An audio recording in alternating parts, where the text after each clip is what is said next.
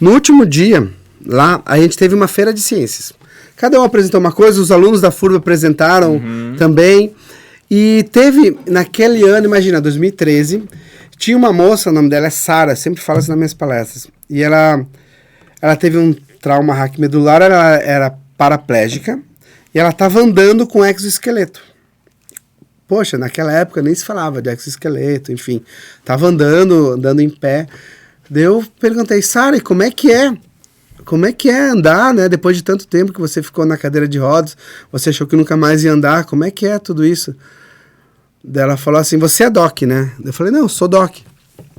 Daí ela falou, ó, olhou bem no meu olho, assim como eu tô olhando pra você, falou assim, fala isso nas tuas palestras pros teus alunos, né? Essa é a minha missão.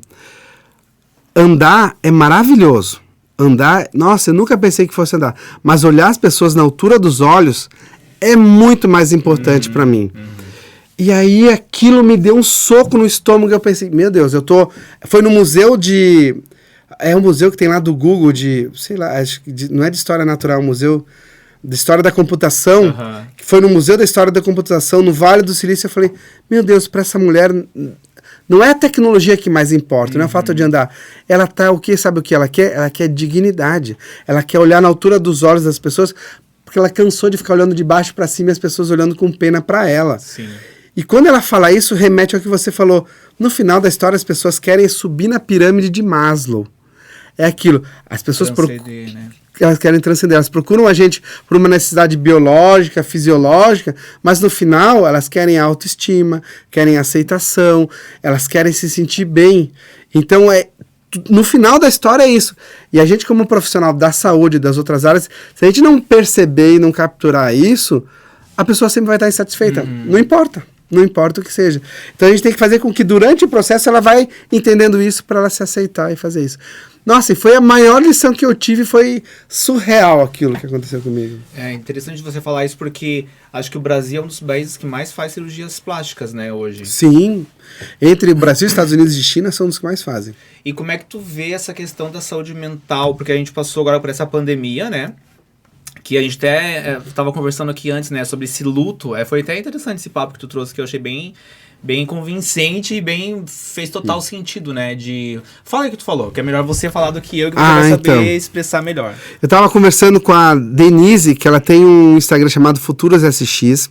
Ela é uma psicóloga que trabalha com novas tecnologias também. E a gente tava fazendo uma live, daí ela falou assim... Eu falei, nossa, como aumentou a questão de saúde mental das pessoas, todo mundo em burnout, depressão, ansiedade. Ela falou, mas sabe o que é, Léo? O que foi? É que tá todo mundo em luto. Não, mas como assim? Todo mundo tá em luto pela vida que perdeu. Só que as pessoas não se deram conta disso e não elaboraram as fases do luto. Muitos ainda estão na negação, não, quando acabar a pandemia eu volto. Outros estão em choque, outros já estão elaborando. Então, quanto mais rápido a gente entender que a vida que existia antes da pandemia nunca mais vai ser a mesma, vai ser diferente. Não estou dizendo se vai ser melhor ou pior. Certamente vai ser diferente. A gente aprender a elaborar as fases do luto com o que mudou, com a vida que não é mais aquela, a gente vai caminhar para frente. E é isso que foi no que ela falou para mim. Eu falei, meu Deus, é verdade. Eu sou porque a gente mudou a nossa vida com um filho, com tudo. Então a gente tem que elaborar esse luto, entender o que aconteceu e daqui então é isso? Vamos para frente agora a partir daqui. É muito louco, né? Tu parar pra pensar, porque é justamente isso. Foram aí 2 anos que a gente deixou de fazer muita coisa, né? A nossa rotina mudou totalmente.